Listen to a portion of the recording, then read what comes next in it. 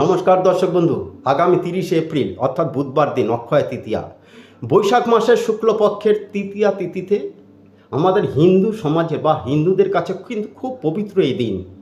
অক্ষয়, যার কোনো ক্ষয় নেই, অর্থাৎ এই দিন যদি সামান্য একটু উপায় করেন না, সেইটাই কিন্তু আপনার কাছে ফিরে আসবে। কি করবেন?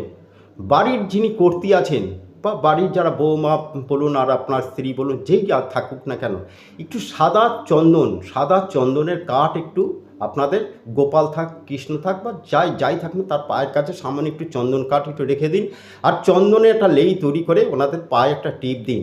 আর আপনি অফিস যাচ্ছেন বা কাজে যাচ্ছেন, যেইখানে যাচ্ছেন, পথে যদি কোনো নিডি পার্সন খুব পড়ে, অর্থাৎ খুব গরিব লোক যদি আপনার চোখে পড়ে যায়, জানবেন আপনি ভাগ্যবান।